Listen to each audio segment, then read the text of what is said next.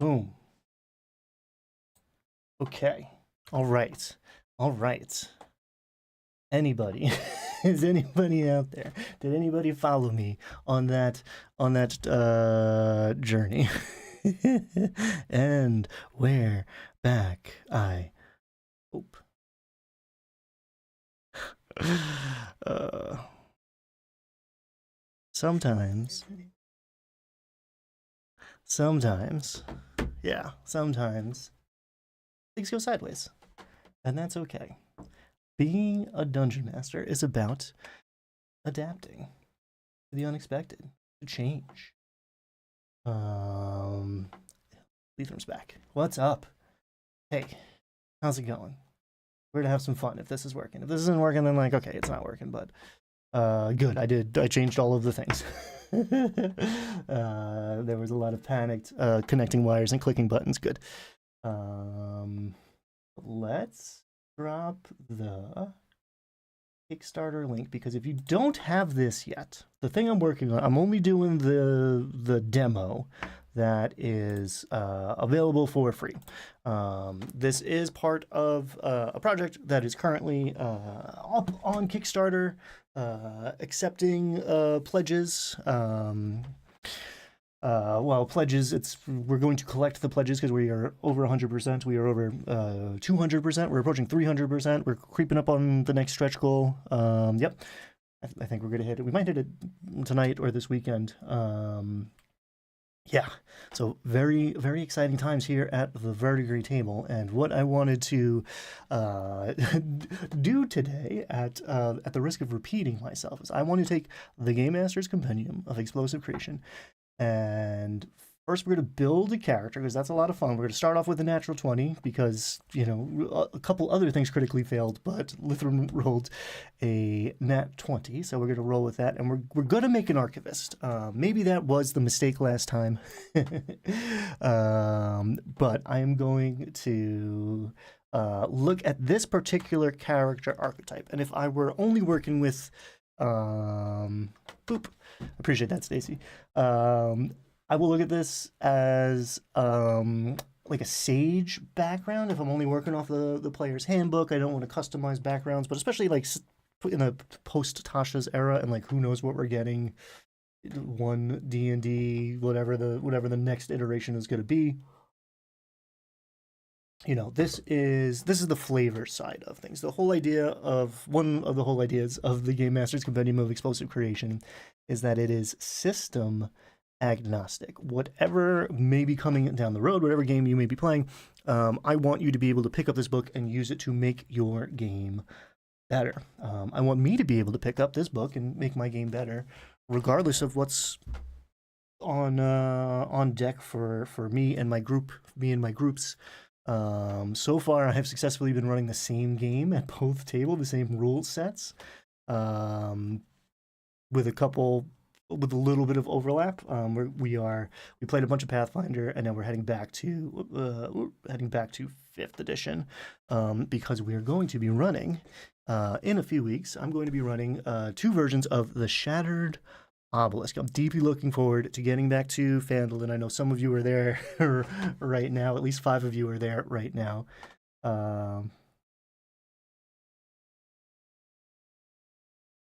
The artist for the book, I operates under the handle Grand Failure.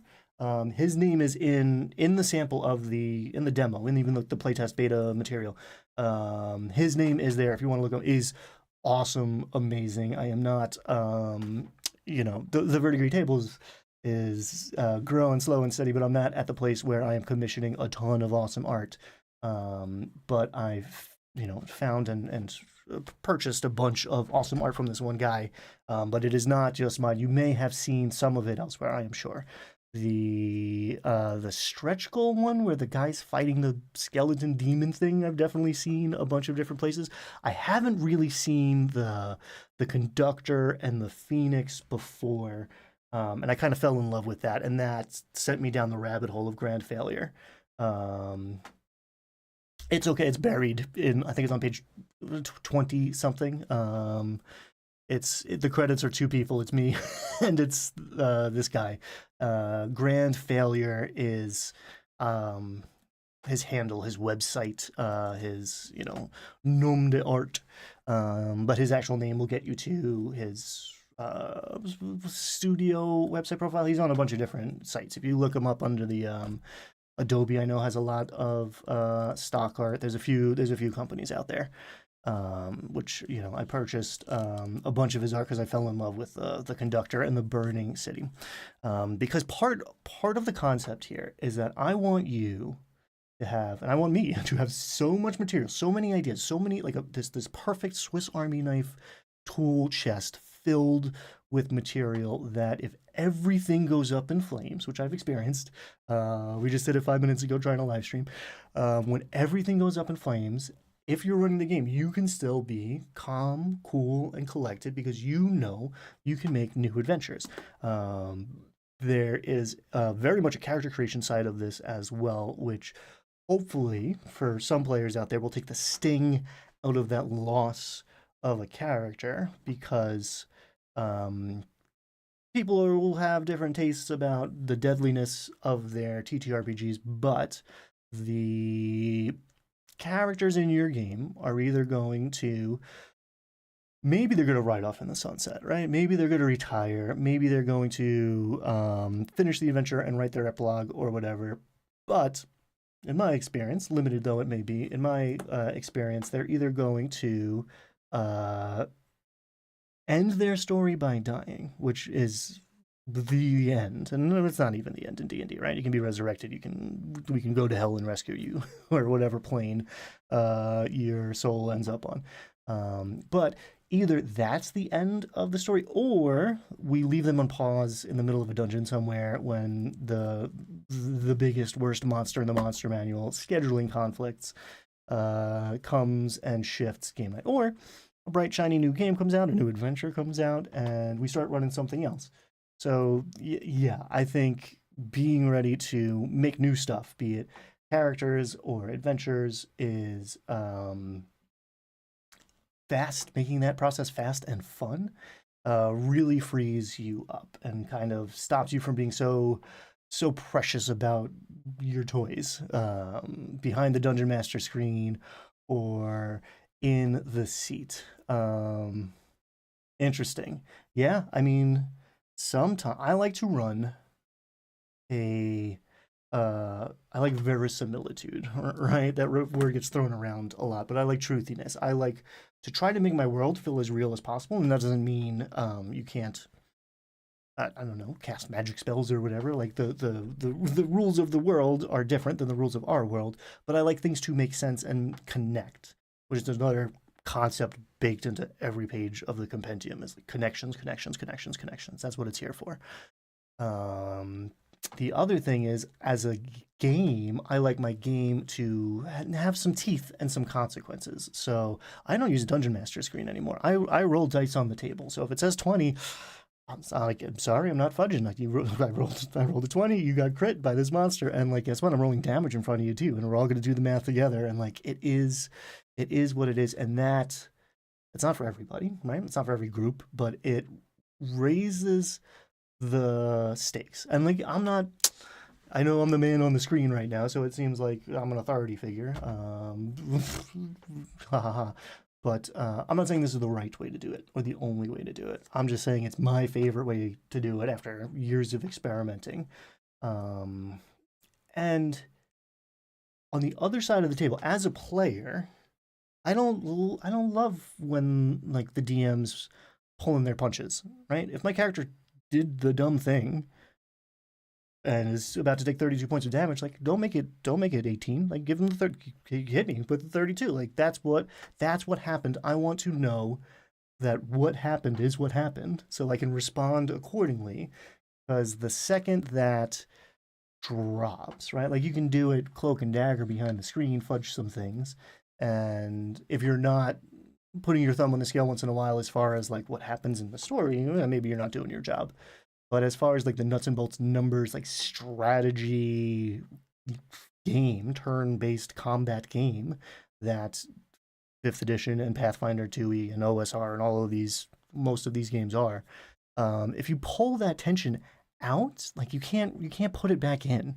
Once it's gone, it's gone. It's very difficult to shift the rule. So I like the specter, right? I don't run a deadly game where it's a meat grinder and someone's dying every session, right? I don't even know if I had a player character death in. No, we killed a couple in the Tuesday night game lost a few player characters. The Thursday night game did not.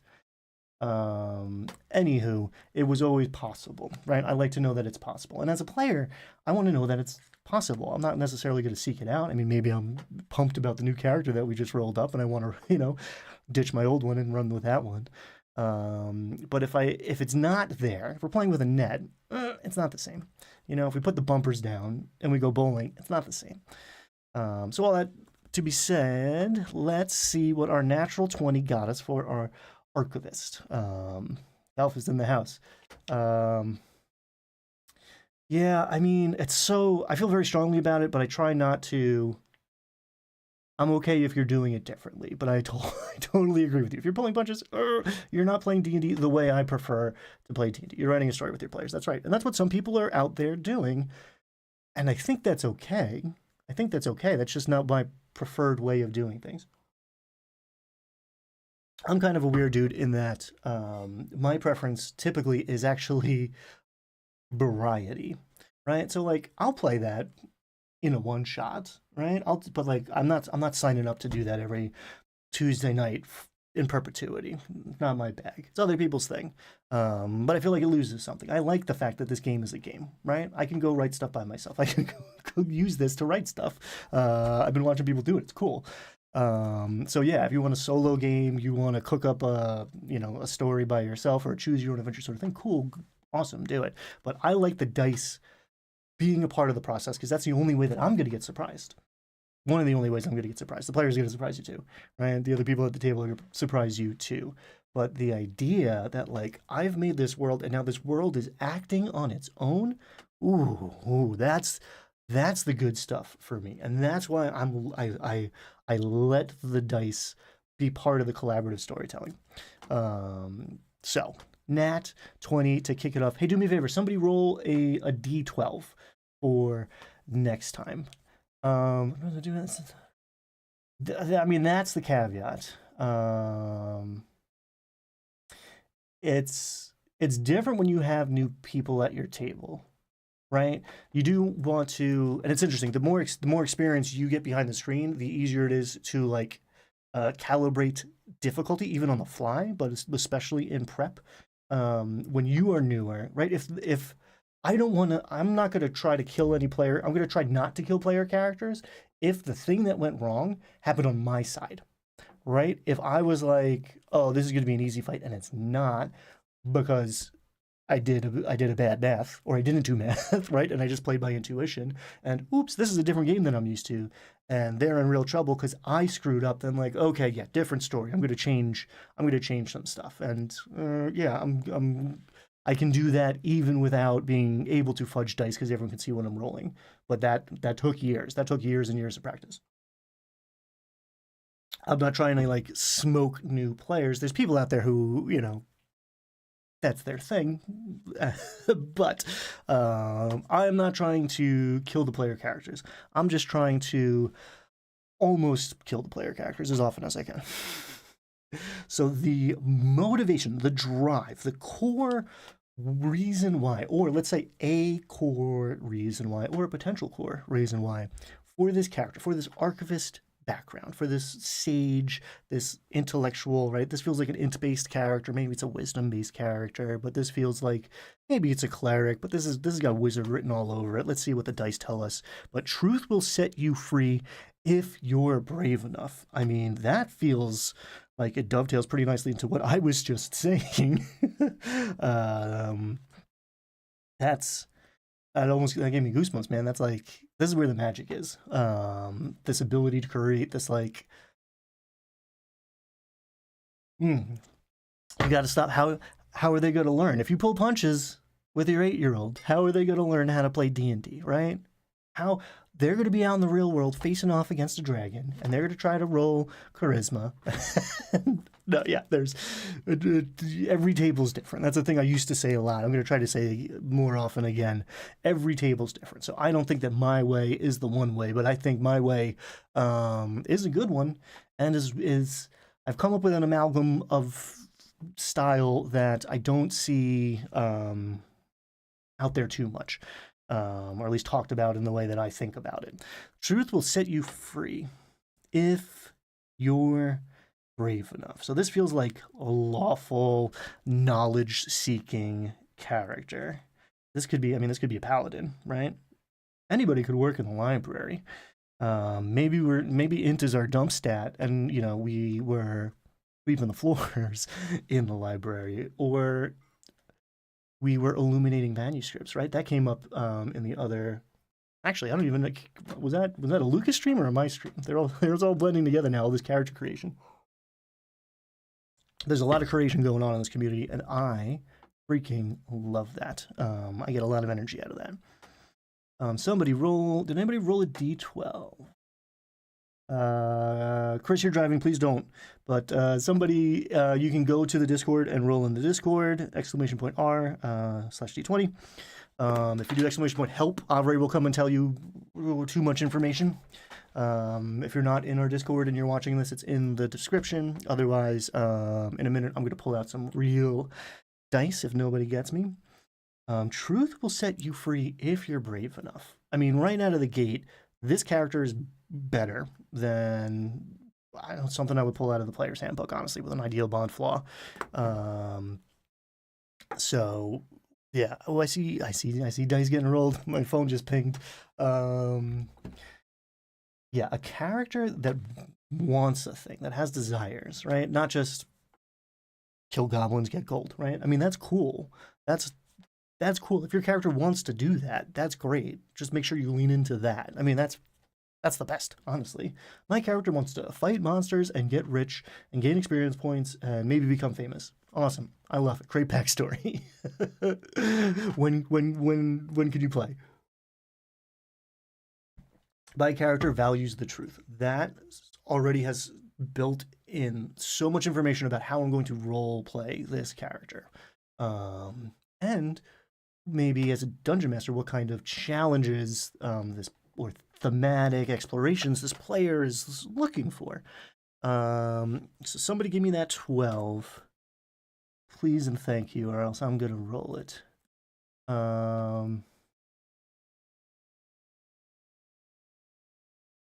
I like D&D shorts. He's a good. I mean, one, he's seems like a good dude from what I've seen during the Troubles. He seemed like a guy who was trying his best to do good, right? And it was unclear what good meant for a while there. As far as styles of YouTubers, I think we are very different, and that's okay too. Yeah, I don't know. I get pretty. Oh, we got a 2. I get pretty excited sometimes, but I don't think I'm at his level. He packs more into a minute than I'll pack into 20 sometimes. And it's all good. That's not a fault of mine or a fault of his. I mean, good for him. We've got a 2. Purple Deli. He's gonna be out here handing out pamphlets pretty soon. There's a cultist in the book, and some of it's not in the little preview. It is in the. Did it make it into the Kickstarter preview? Did it make it into the? I think the cultist is in the Kickstarter preview, and there's definitely at least one line in there that is a little nod to Erak. Hey, everybody who's watching this, who has already become a backer for the Game Master's Compendium of Explosive Creation. I've talked to a few of you about this already, but if you were among the first 100, so sorry to the 12 of you who didn't make that cutoff.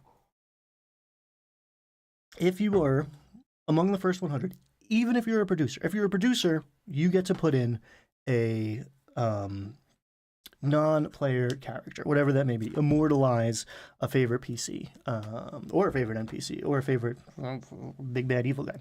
But if you are among the first 100, you also get to do that. So if you're a producer, you get 2. So yeah, and the keyword is suggest, because someone's gonna I'm not gonna put dildo baggins in my thing or whatever. Um, but yeah, within reason, your character will end up in this book. Either we unlocked a D100 table of NPCs. So I think a lot of them will go in there, but a lot of them are going to be folded into the archetypes as well, if appropriate. So we've got for our catalyst, our call to adventure, and our lore drop, and this is the most flexible of any of these. I made a playlist recently, so if you want other people's takes on this thing already, they're out there and they're fun to watch. Even if you didn't build this thing, Kelf has been doing some really awesome stuff with it. Blank Slate podcast did some really cool stuff with it. Diarden did like a speed run and cranked out like 4 characters, and that was really interesting to watch too. But yeah, there's some cool stuff going on, and it's interesting to see how people bring different assumptions to like my intentions. And again, it's that philosophy of like every table is different, every night is different. There's no one singular correct way to be using these tables. These are tools, right, that are going to be applied. Yeah, what's up? We got there's a party in here. There's a whole bunch of different ways to use these, particular this one. So in theory, during character creation, this is most likely to be our call to adventure. Why are we no longer in the library? Why is this archivist out here? What got them out of the library into the tavern, onto the road, onto the path of becoming an adventurer? So rumors of an unknown civilization's legacy. Are there any buried legacies of civilizations in your game world? If not, then how are you running D&D? I would love to know. That's fascinating because this is kind of the core of everything. So, hey, Dungeon Master, my character's backstory is they were working in the library. They were really, really interested in like getting out of their comfort zone and seeking out the truth. And one day they stumbled over this dusty old book that had rumors of some civilization that they had never heard of before. That beginning to, well, yes, okay, so we are talking about cooking up our own thing from scratch, but we're also talking about connecting it to this. So the Netheril Empire, perfect, right? And that's the level of detail that I think is the best fit for a lot of tables out there. Hey, Dungeon Master, I wrote a 30,000 word backstory. Oh, that's difficult because I read a 30,000 page book about what we're going to do, and it doesn't have anything to do with the 30,000 words that you wrote. But hey, Dungeon Master, I think that there's some civilization somewhere that I'm looking for because I want to know things. Yes, please. That's a thing that I can work with. Yeah, that's awesome. Can we please get a D8 in the house? We are building an archivist using the Game Master's Compendium of Explosive Creation. If you're just tuning in, this project is currently on Kickstarter, which means if you haven't supported it yet, please come and do so. If you do so at a $50 level, you can get your character's name, or your name, I guess. Actually, no, yeah, at the $50 level, you're a producer, so your name is in the credits, along with the artist who made all these pictures, which was not me, and my name's going to be in there probably.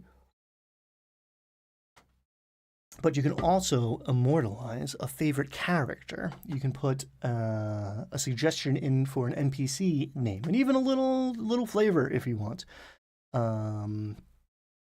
Because the difference between let's think we got a 3. The difference between we're gonna get to the NPCs in a second, but the difference between Toblin Stonehill, right, and some other NPC's name means very little at the end of the day. Even though the tavern's named after him, like, I can still be the Stonehill Inn, and Johnny Exposition purchased it.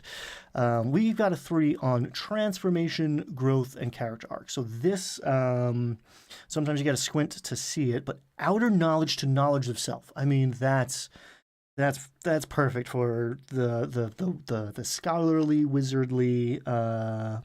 He's bespectacled, but who isn't, right? At least in my imagination. Outer knowledge to knowledge of self. So we set out trying to learn the truth, right? And how often does our journey take us from seeking the answers outside of ourselves. We're getting deep here, folks, to getting to know ourselves better, knowledge of self. I mean, and that could really click in nicely to a character that is learning and growing powers wise, right? Especially, I mean, a wizard is walking around like collecting spells in a spell book, right? So they are learning things, but especially, I mean, if you're talking about like it feels like divination-y, right? Where why we got a lot of like knowledge-based stuff. We're seeking truth. We're trying to be brave. We're seeking out like an ancient civilization. Maybe they had some sort of like divination magic. I got to the end of this book, right? And we're still getting a little wishy-washy about what all these mysterious obelisks are doing, right? I think we're going to find out. I think you know who's going to show up and try to take them over. But man, you stretch the thing out for a decade and you promise a payoff and you don't stick it. And I don't have a lot of faith in WotC sticking landings lately. Someone roll a d4 for me, please, as we talk about NPCs coming up. So yeah, what are these black obelisks doing? And that is a great thing for my character to be seeking. This archivist who's out here seeking knowledge. They've learned something about Netheril or one of the cities somewhere, or the Seekers, the Watchers, those little weird dudes who supposedly built the first versions of these obelisks. I'm not steeped in lore. If you were with me at trivia night at PGX, we got through it and I won some cool stuff. Big thanks to Bob Worldbuilder and Grace World Destroyer. I got some sweet Bob Worldbuilder dice and these dope healing potions. Let me show you this. I don't know where he got them. He's a big shot, so he probably got them for free. But this is 44 in a little thing. So open it up, roll it out. That's cool.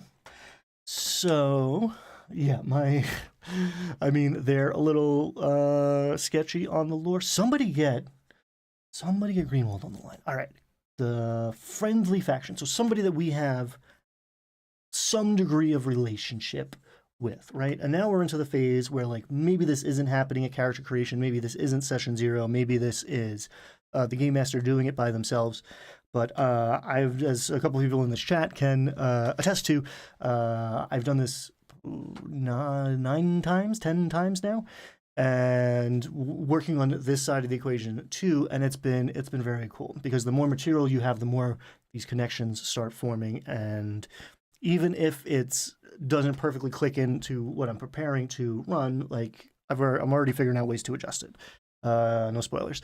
So we got the Codex Custodians. Restore aged and damaged books, sometimes miraculously. Okay, I mean, that's perfect. That slots right in. I think if I'm the game master, right, and they did a little speed run of the dungeon, and I haven't quite prepped what's coming next, and I want to give them the lore drop, the breadcrumb, the map, the next little nugget to the next adventure, but I'm not 100% sure what it is yet because I got some work to do. Maybe I was working on other projects.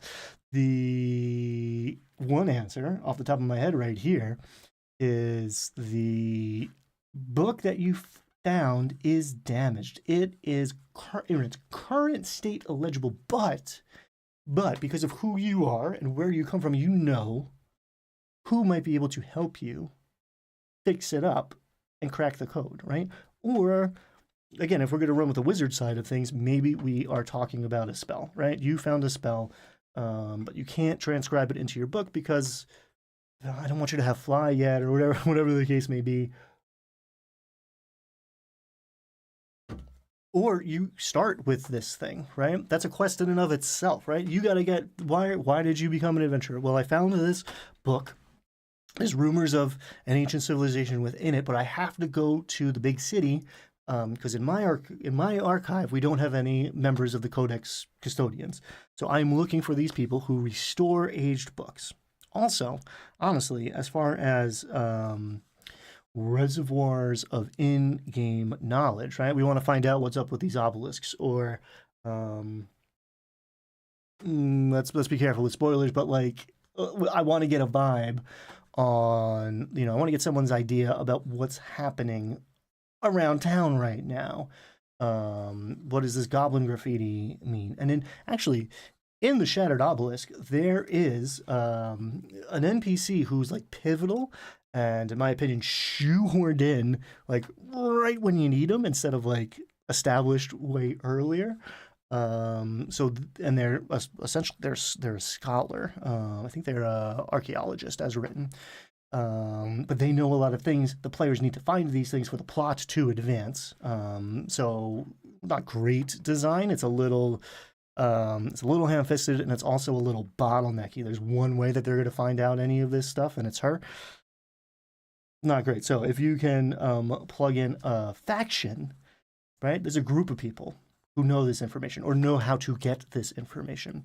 Already, you've built a much more resilient world and a resilient game. Exactly. These obelisks. So I'm in this position where my wheels are turning, and like I've invented two versions of what these obelisks are, but like the good and the bad of Forgotten Realms that there's going to be an answer, right? And they haven't. It's not made public yet. But what makes me okay running with my own ideas? I mean, why you should be okay running with your own ideas? You're gonna like them better. The thing that you came up with is probably going to be cooler than the thing that they came up with because you came up with it with your friends at the table. Over time, it developed, right? The five of you sitting around having, like, exactly the kind of game you want to be having. You've been feeling each other out for months, years, right? Somebody, please roll me a d6. I like where we're going already because this feels like a different kind of character. One of these days, we're going to do the same thing back to back because I want to see how different a character feels. Like how different does the next archivist feel? And I will say, I'm coming into these sessions wide open, and you don't necessarily have to do that, right? You can walk in knowing that you're going to be cooking up a wizard or a paladin or whatever the case may be, but you could walk in with an idea about who this character is. On that Blank Slate podcast, they I think it's in the playlist. I'm 90% sure I put it in the playlist because I talked to him about it, and then he talked to his buddy about it, and they took these like London drill rappers, which is a thing I don't know about, but they wear these like Daft Punk luchador masks. So like some wild stuff they used as their premise and then rolled on these tables. And then the second time they're like, oh, let's do the cultists because we'll stress test it because that's going to be boring because it's been done to death. So I was afraid that they were going to break the thing in its beta form. But it was awesome. And I think it was more awesome, and I think they had more fun with it. One, because it was two guys doing it collaboratively. They were, passing the ball back and forth, sharing that energy. But they also had a seed going into it. They had a really weird, distinct, clear concept to start. Nacho made it from Middle Earth, from the other side. He's in the middle of the earth. Nacho, is your door round? Like with the doorknob in like the dead center of it? Because like how does that work? I think it's cool, but I don't understand like how the hardware does its thing. So speaking of NPCs, this could be a name from one of your games. If you are among the first 100, which has come and gone, but I think a lot of you in here are among the first 100, or you join us at the producer tier. Before we got Minifred Stoll, an eccentric noble who donates to the archive, mostly interested in astrology. I almost made that. I made that archaeology in my mind before I said astrology out loud. An eccentric noble, right, in a stole, in a fur collar thing.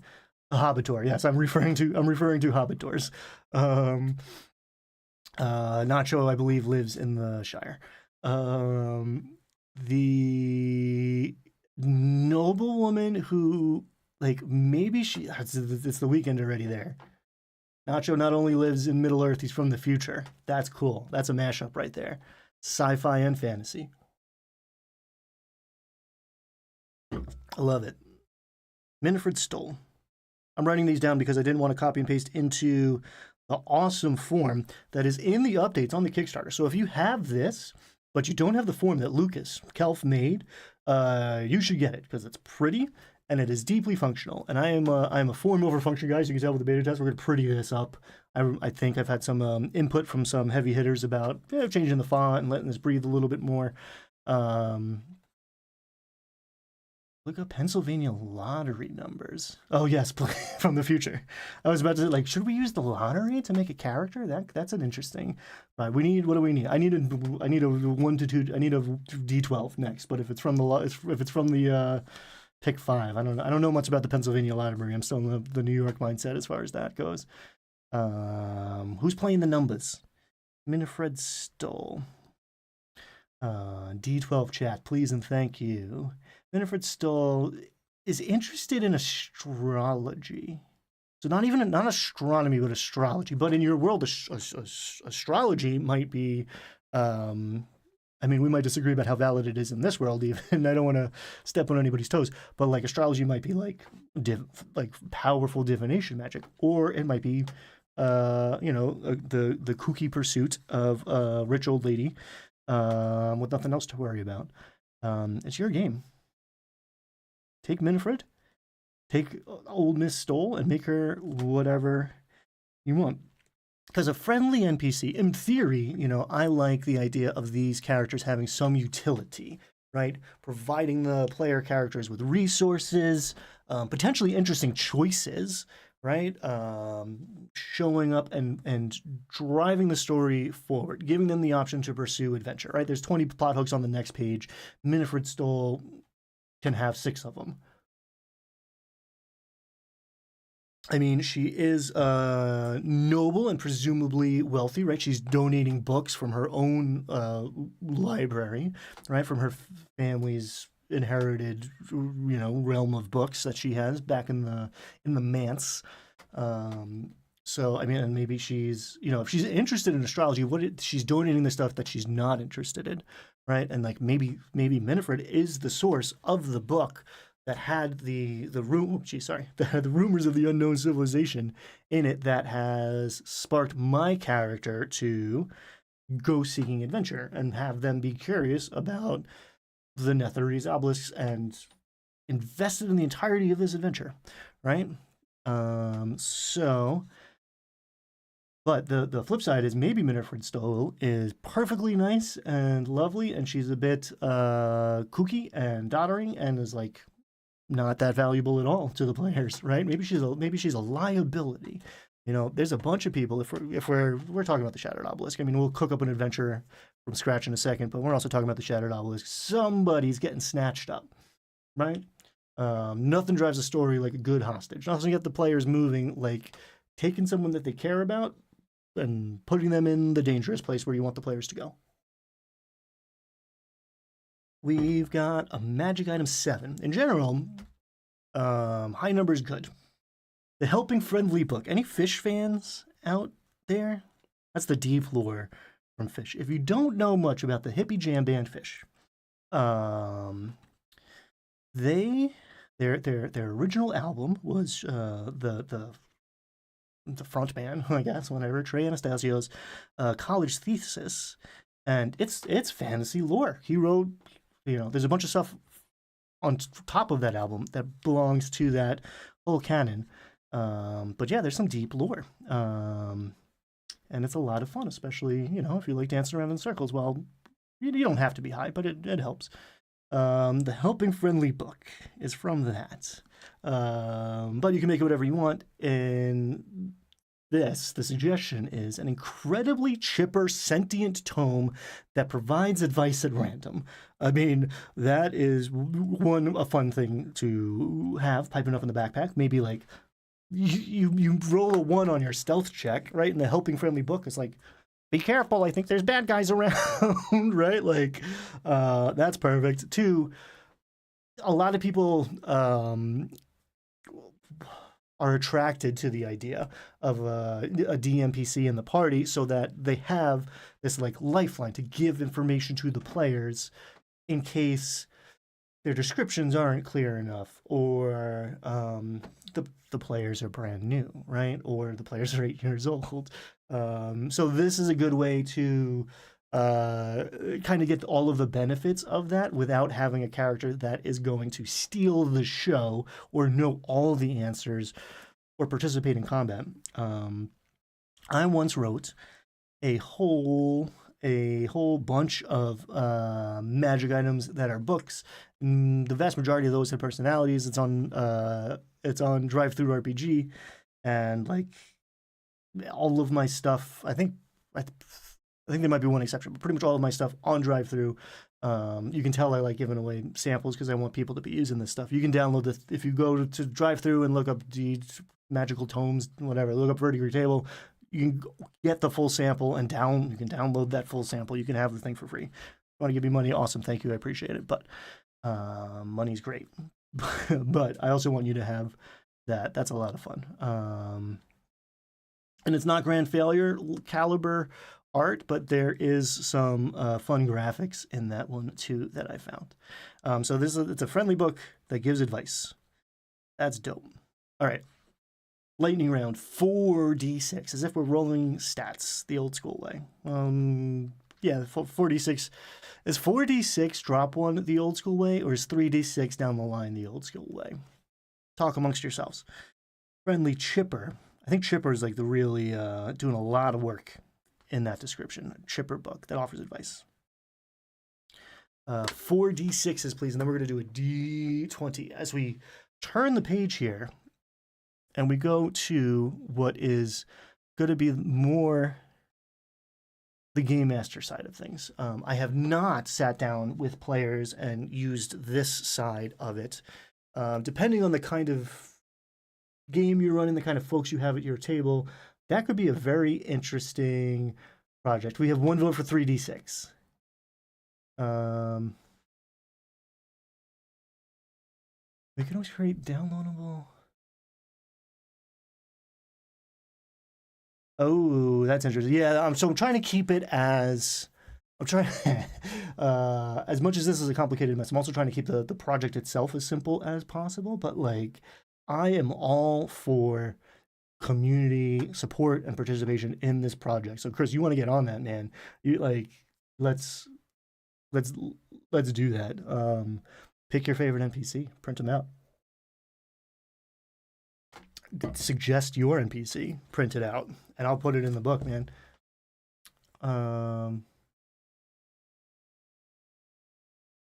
Yeah, I mean, I think 3d6 is the more hardcore way, so I think that's the more.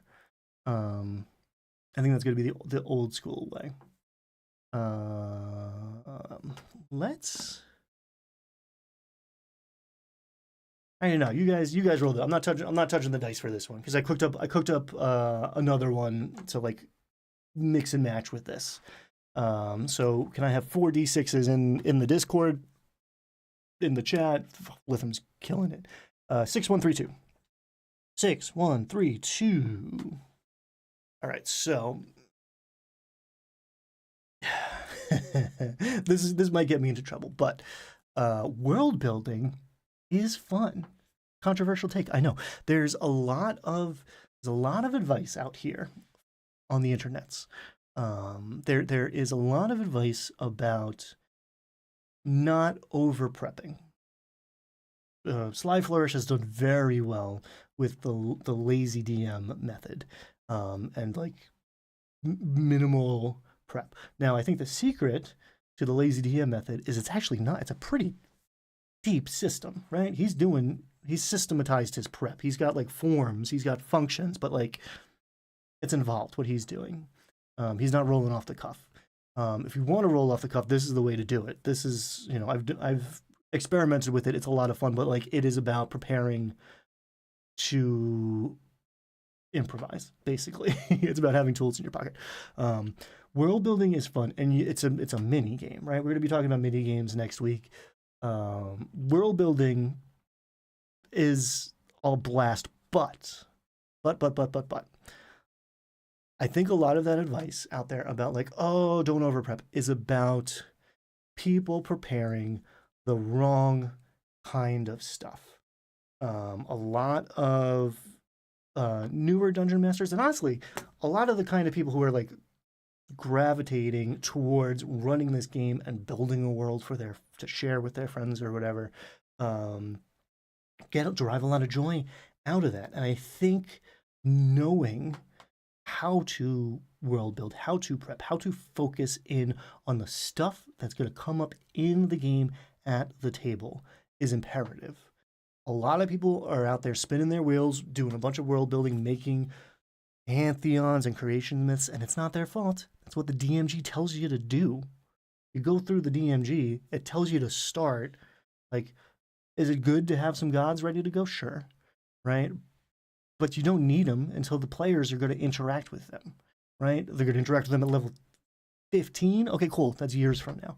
You have a cleric in the party. Okay, sit down with that cleric. You can offer them a pantheon, or you can work with your friend and figure out what they're interested in.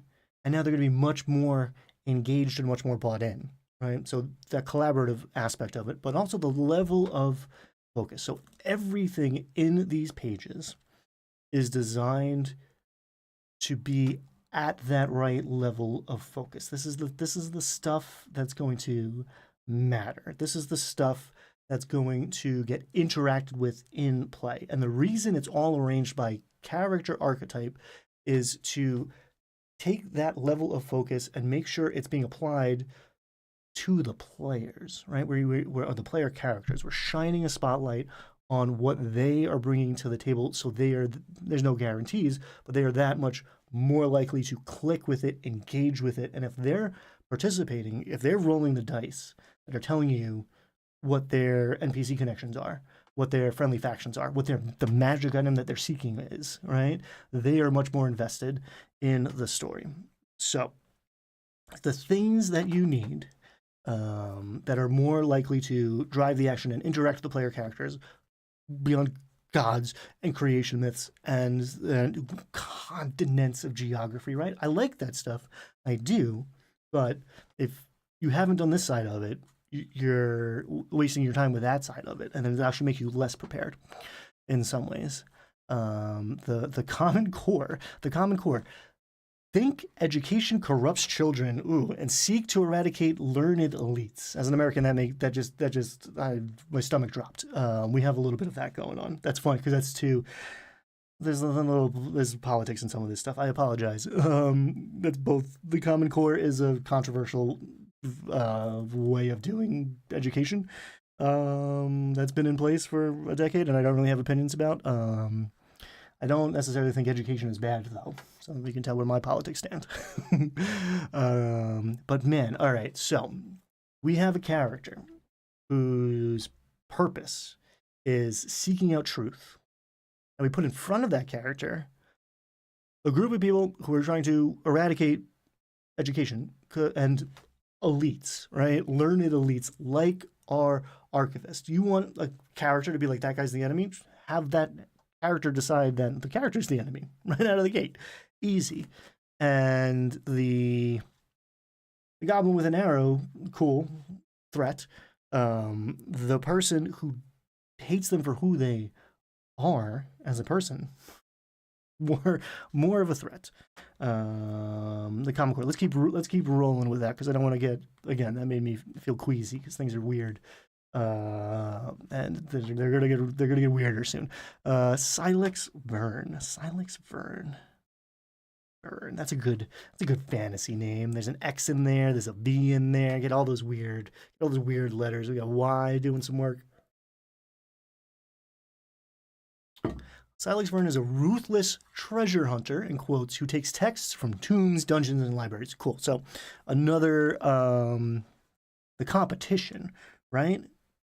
Not just here's a monster guarding the book, right? Static.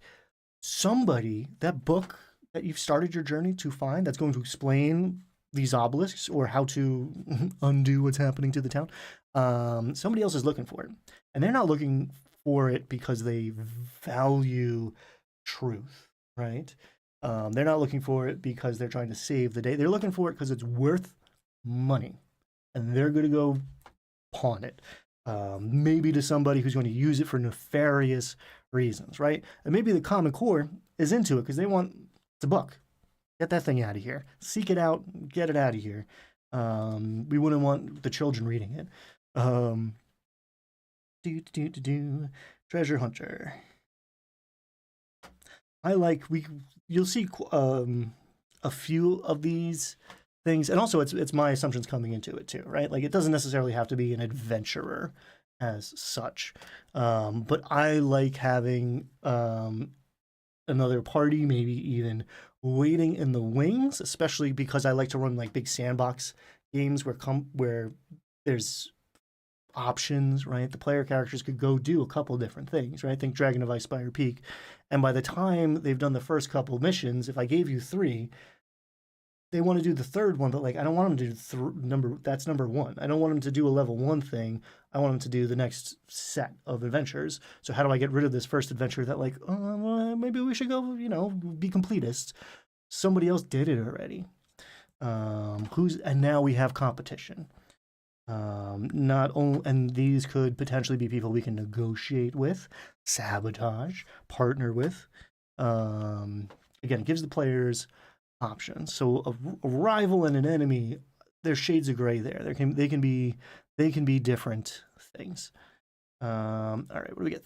3 for our evocative location. We got the August Anatheum, Anatheum, Athena,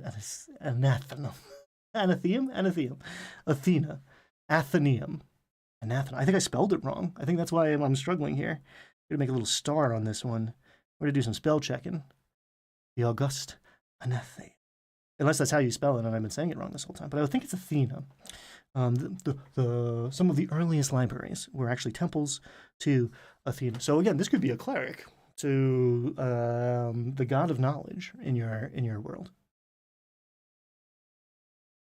or a paladin to that god. But I like wizard. I like a guy running around collecting books to get more power. A temple to a goddess of wisdom hiding many artifacts. So yeah, an anathema.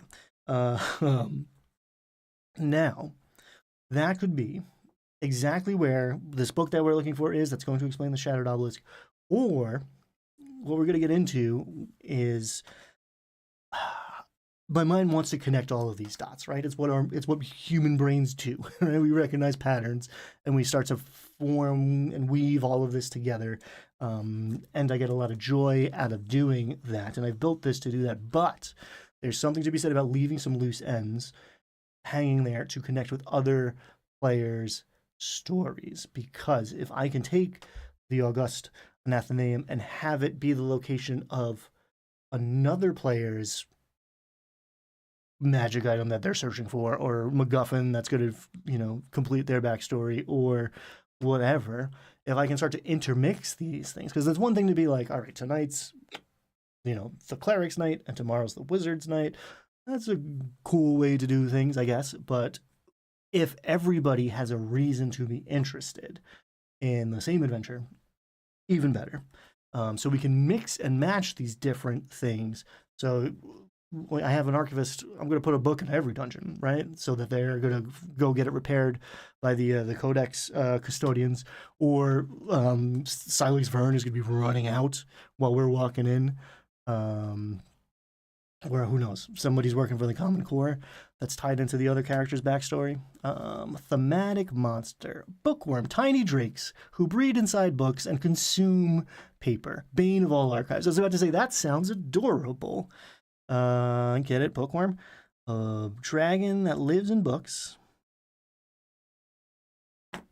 But yeah, they're eating those books or nesting in those books and eating the paper and breathing fire potentially, right? So like, not the kind of thing you necessarily want in your archive, right? So I mean, that's a story in itself, right? Maybe that the character's origin story, like you're level 1, we're starting at level 3, and I'm going to sit down with you and like we're going to talk through and maybe roll some dice about your level 1, level 2 adventure. Maybe you're clearing the temple or the archive or the library of bookworms. Oop. And that gets you rolling. Or there's this tiny little, I don't even know what a bookworm is. There's this tiny little dragon dude. You open the first book, it's destroyed. We got to take it to the codex custodians. We go to take the other book, and whoop, Silex Vern gets it before we get to it. We open up the third book. Well, it's a mimic. Of course, it's a mimic, right? There's book mimics in this one. This is the one with the book mimics. I love that. But you open up a book, and there's a tiny dragon in there. Like, they're gonna try to charm that dragon. It's it's a fairy dragon in my mind right away.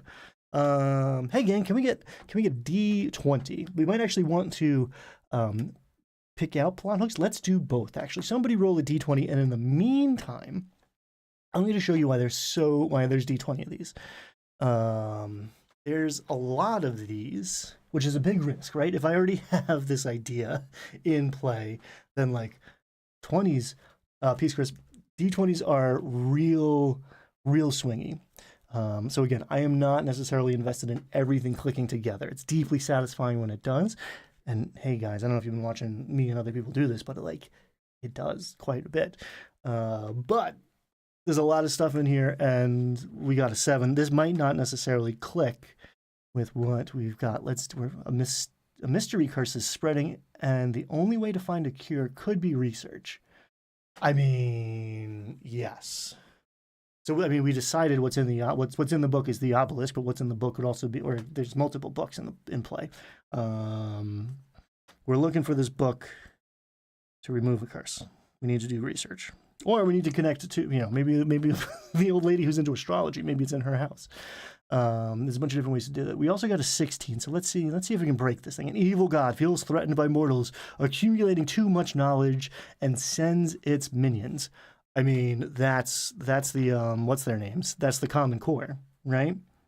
100%. Because it's not all just one adventure, right? It's not all just one. If we're trying to make a campaign here, we want more and more and more material. We double down on 16s. Oh no, 16 is also really interesting. Yeah, I mean, we could do both. It's not, again, there's not one way to do this, and it's not just that like, all right, I'm gonna make a campaign, I'm gonna open this book, and we're gonna build it out. Like, I'm gonna run in an hour, and I need some ideas. Open the book, and maybe we just pick some stuff out, or maybe we just roll some dice on it. What I really like, and this is like, in case of emergencies, break glass. This is also there for you, right? In physical form or as a PDF on your laptop or even on your phone. Like, the players, you drop a breadcrumb, right? You have a whole idea of what's going to happen tonight, and you drop a breadcrumb because you're like, in 3 weeks, I'm going to start steering them towards the Shattered Obelisk. I want to just give them a little hint of like, whatever, weird things are happening in Phandalin, or here's this character who, like, the book says to introduce level 5, but like I'm bringing them in at level 3, so it feels much less hackneyed. And for whatever reason, your players zig when you thought they were going to zag, and they connect on that, and we're going to have to punt, I have to push them off of the scent, or I can generate it right here and now, or whatever. They wander into the wilderness, right? Hey GM, what's this unmarked building on the map? Oh, oh, that's the archive. I don't even know. Oh, what's in there? Oh, you know what? It's in my note. Like I know what it is, but I did it months and months ago. So like, give me a minute. Let me go look up what it is. And you open up this, and like you find what matches, or you roll some dice, or depending on the kind of group you have. Something I'm thinking about experimenting with in the future. As we have a couple tight tables now. Actually, we got some good groups going. You could do it together. You could share the experience of building out the world together live at the table. And now for some people, that's rubbing them the wrong way right out of the gate. That's kind of, it's one thing to roll the dice on the table and get rid of the Dungeon Master screen. It's another thing to like share the world building tools with the players. And not all players are going to like that either. But you can if you have to, right? Either by yourself or with your players. And it would just be an interesting experiment as a one-shot at the very least, right? Even if that sounds like a terrible idea. Plan on dropping a bring for the Shattered Obelisk tonight. Yeah. I mean, it's good. Does it need work? Sure. Am I going to adjust it? Absolutely. Am I going to make videos about adjusting it? Probably. Is it better than I was afraid it was going to be? Yes. I made a video about it if you haven't seen it yet. I made a video about my wish list for the Shattered Obelisk, and then I made a video of like my initial assessment, having read the whole thing. I haven't run it yet. I've been preparing it.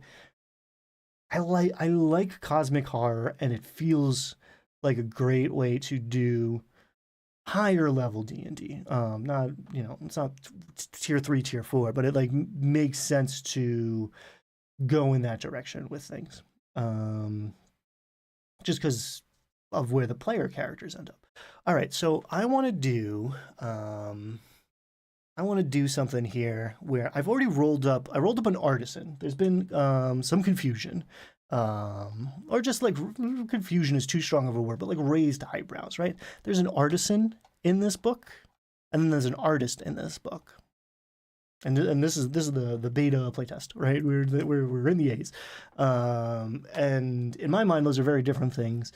But like I could have called the artisan laborer, I guess, a skilled laborer, and it wouldn't seem so close. But yeah, an artisan, insert skilled medieval labor here. They're a cooper, right? All of these like last names that used to mean something. Maybe they're a baker, but I think I've taken cook or chef in and out and in and out of these 50, right? There's 48 solid ones, and then there's a bunch of options for like the two alternates. And I think Cook is gonna make the list. Me and Nacho were talking about Nacho has a cook in their game or a chef or something. His table is running a restaurant, a whole tavern. They took over the oh man, the name went right out of my head. What's they took the place in Waterdeep. Help me out, Nacho. What's the name of the place you take over in Dragon Heist? All right, so this is our first community contribution to the project, and this is available for free right now. You can take this. It's on an update. An artisan of like a block of cheese. Cheesemonger is an artisan. No, I guess the cheesemonger is the monger is the one who sells it, right? But I guess the guy who's selling it is probably the guy who made it too, right? Or whoever's in the family with the highest charisma score is the monger, and then the cheese maker. It's a whole team. Troll Skull. Yes, thank you, God. I was like, ogre head. Kelf Lucas. I don't know. He's working right now. I don't know if he's still with me or if we're getting him in trouble. Hope he's got his headphones on. Lucas made this form fillable PDF. I released it in an update on the Kickstarter. So if you don't have this, go grab it because it is form and function at the same time, which is great. So I rolled dice right before we started. Maybe that's part of the reason we had a false start is because I was focusing on making this instead of working on my software settings.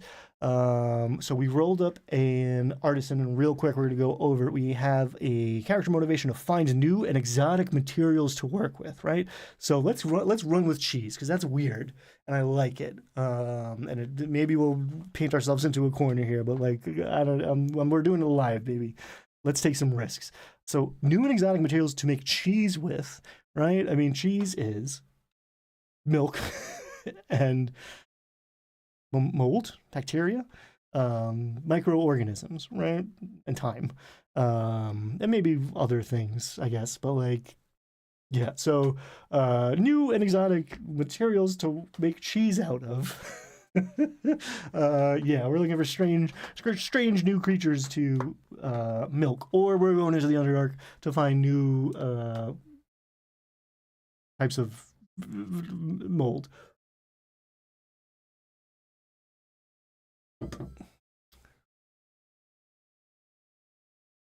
Yeah, I do like a Cooper or a Fletcher or a Smith, or a carpenter, right? Maybe we're making a messianic carpenter cleric figure.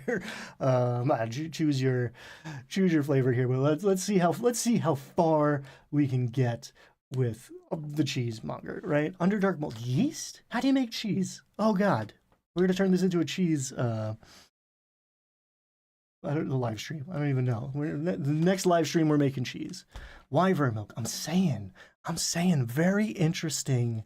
This is a weak spot in fifth edition. Magic almond milk. There's so many opportunities here. Like if I, if this chat fills up with like interesting kinds of D&D substances to make cheese with, within good taste, that is already bringing me a lot of joy. Our call to adventure, the thing we're seeking, or the thing that got us started in the first place, our origin story. A manual of the craft holds secret knowledge. So, hey, we are working in the family cheese shed for years, and one day we find granddaddy's scroll tucked away on the highest shelf, and here's this secret recipe for wyvern milk cheese. I'm like, this is D&D, baby. Maybe there's some sort of like magical consequence to ingesting cheese, or maybe it's just delicious, right? Maybe it's just like it's halloumi. It doesn't quite melt, so you can fry it up and make like saganake with it. Oh man. We're getting close to dinner time, huh? The character arc, mired in past tradition to creative innovator. I mean, I rolled this already. I knew that, but like I wasn't thinking about wyvern milk when that came up before. This is why, I don't know if you can tell, I get a lot of joy out of this, and this is why I like random tables and letting the dice participate in the storytelling process. Because how else are you going to be surprised, right? Mired in past tradition to creative innovator. So maybe this is like, less, a lot of these, and out of the gate for me, these like character arcs are like, your character starts unaware that they are, the last guy seeking knowledge for the outside world and ends up like learning something about themselves. That's Buildings Roman. That's a good storytelling thing.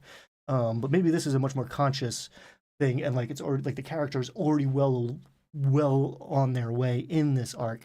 They're mired in past tradition, and they're striving to be like actively striving to be that creative innovator. I'm going to, get out there and make, or maybe the Ratatouille creature that's controlling me is going to make the coolest kind of cheese the world has ever seen. Like I want this character at my table. Right? I'm going to run this character. Why am I playing one shot next week? I think I'm making a cheesemonger, baby. Let's go. Friendly faction, someone we have some connection with. Yeah, careful. Some risky clicks going on tonight, guys. Clear the browser history.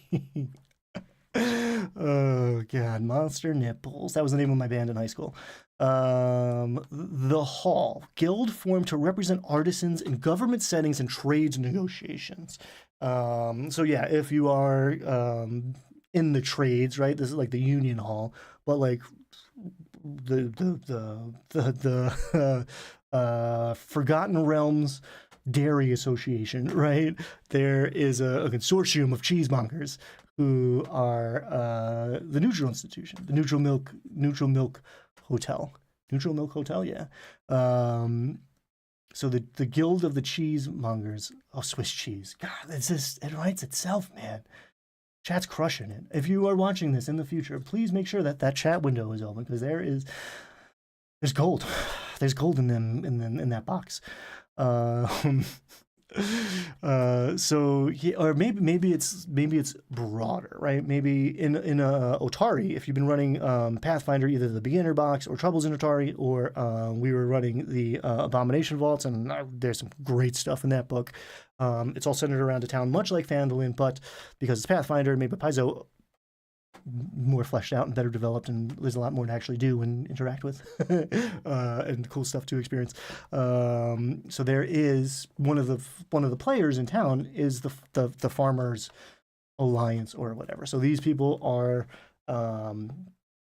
maybe you don't care about what the current tariff on grain is, but these people are interacting with the government, right? Whatever that may be, the Majocracy, or the board of directors, or the implacable Lich who's run the kingdom from behind his curtain for 1,000 years, whatever it may be.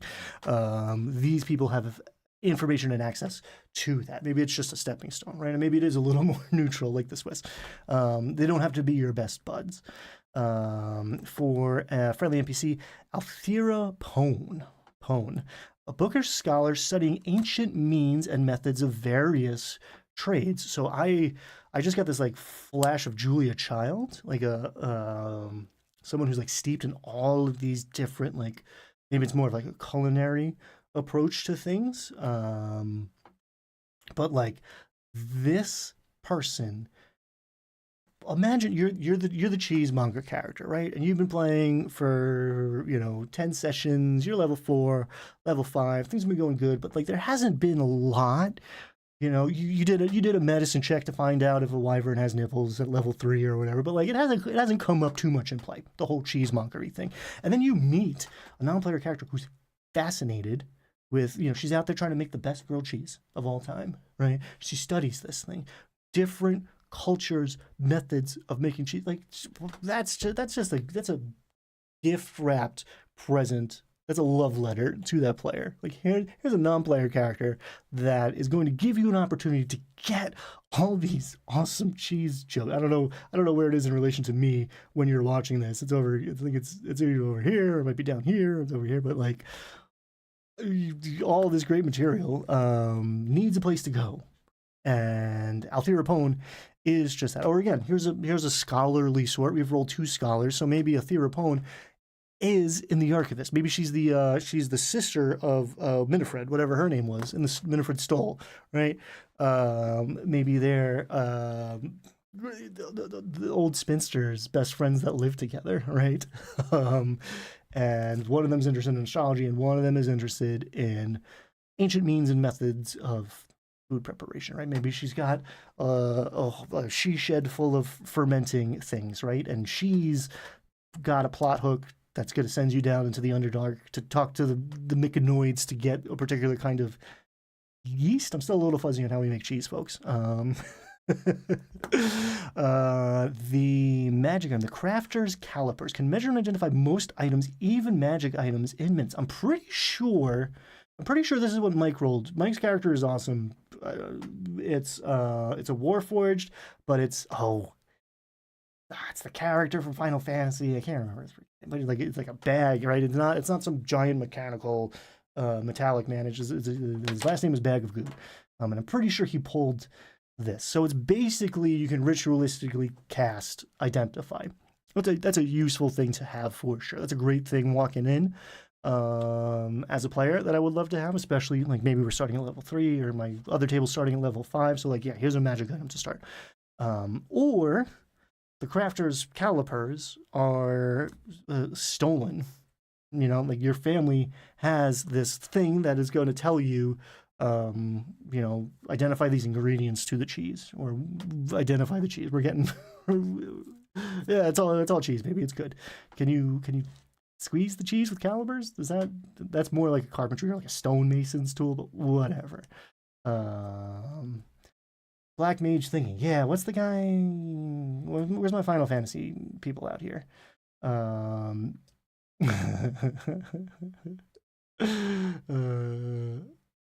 So yeah, all cheese all the time. A magic cheese knife.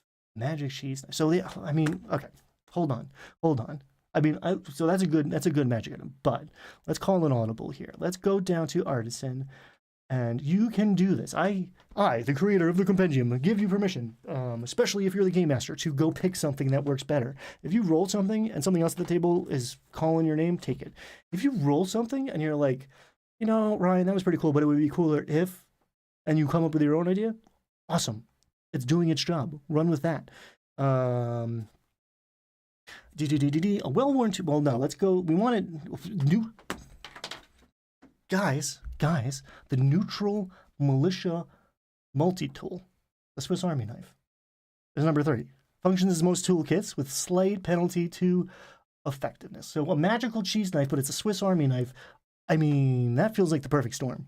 That feels like that's lightning striking, guys. It's not yeast, it's mold. Okay, yeast is beer. I'm more of the beer guy. I mean, I do love cheese. Beer and cheese, like all most of our favorite foods are fermented. Don't think about that too hard. But I don't know. Like think like a Cuban sandwich and a beer. Ooh, grilled cheese with a pickle on it. Maybe some. Well, not coleslaw isn't fermented, right? Sauerkraut is. I'm hungry, man. We made this about cheese, and now it's like it's dinner time. I want a Cuban sandwich and an ice cold beer. It's also hot in this room. I turn off the fan when I stream so you don't hear it. Boom, boom, boom, boom, boom, boom. So apologies for my shiny bald head being shinier if it is. Uh,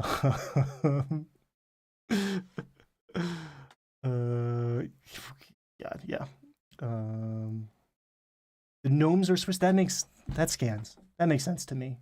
That like because like Swiss like watch clockwork gnomes could be Swiss. Yeah, all right. I love this. Okay, so we're getting into the adventure design side of this, and now we're looking to see. This is only 2 characters. In theory, we'd have 3 or 4 or 5. But I'm looking to see opportunities for overlap because if I can make an adventure that pulls different threads, right? It's cool and it's an interesting thought experiment and it's fun to do. To like, here's this character, let's come up with this perfectly bespoke adventure for them, perfectly tailored to that character. And like, you pull that out once in a while, and like your players are going to remember it. And here's the trick: take something that's already made and reskin it, adjust it, cut it apart, and put it back together with pieces from another adventure that you like and this book, and stuff that you've pulled from your player characters, and it's going to feel like you're the best game master of all time. You spent 8 hours yesterday preparing this adventure perfectly. And I think that's going to hit way better the more different player threads you can pull on and weave together, opposed to just making it one. Let's create a pickler. We're getting into some weird places, but I'm into it. What class did we define? What class our Swiss pickle obsessed cheesemaker is? I don't even think we got that far. What is our artisan? We have a wizard, right? Okay, so the archivist is a wizard. He has a Swiss Army knife. He's got a cheese knife. I mean, you could sneak attack someone pretty nasty with like the corkscrew version of that. A rogue cheesemonger. That doesn't feel quite right. Druid. Yeah, I mean, there's definitely like that like natural like wild shape. What oh god, what's the school circle of spores, right? I mean, that's fungus, that's not mold, but like we're getting close there. Oh, good times, because you just circle of spores, you don't really wild shape as much as like let off cheesy goodness. Barbarian is like, yeah, barbarians make me smile. Like, take anything and smash it with a barbarian, and like, it's a fun character. A barbarian that's just obsessed with cheese. Cheese for I think I like the barbarian who doesn't have. I mean, if you have the Swiss Army knife, then it's a tool. It's thieves' tools, right? Maybe it's like a -1 thieves' tools, but it's everything else. Wouldn't it be cool if tools were cool and like did stuff in 5e? We're gonna talk about that next week too. If tools were a mini game, that's what. Mold has spores, right? Molds have spores. Circle of spores. I like this. Maybe you take a dip into barbarian and rage, because somebody stole your cheese. So let's take a look at these antagonistic organizations here. The Guild Busters, noble elite. I typed that wrong. I wonder if that's wrong in the book or just here. Nobel elite, they're learned scientists. Nobel elite who fear collective bargaining is a threat to their wealth and power. Okay, so that's very much, the Union Busters. That's the Pinkertons. Who remembers the Pinkertons? It wasn't that long ago. It's the guys who hire the Pinkertons. Noble elites who fear collective bargaining is a threat to their wealth and power. I mean, that's a really nice like juxtaposition to the Hall, right? So like, here's 2 factions that are conflicting with each other, and now the player characters can choose sides. I wonder if they choose, the rich jerks who are trying to bust up the union, or their fellow cheesemongers. We'll see and play. But that could be interesting. Noble elite who fear collective bargaining as a threat to their wealth and power. I mean, so we had that. That has a little we got a political flavor too. At least it's us Americans right now. So they could be working with not the Codex Custodians, who are the Common Core, right? They could be working hand in hand, or maybe funding, right? These rich guys are funding these anti-elite, anti-educational things, because the more people who know, like we have the knowledge, the fewer people who have knowledge, the better off we are.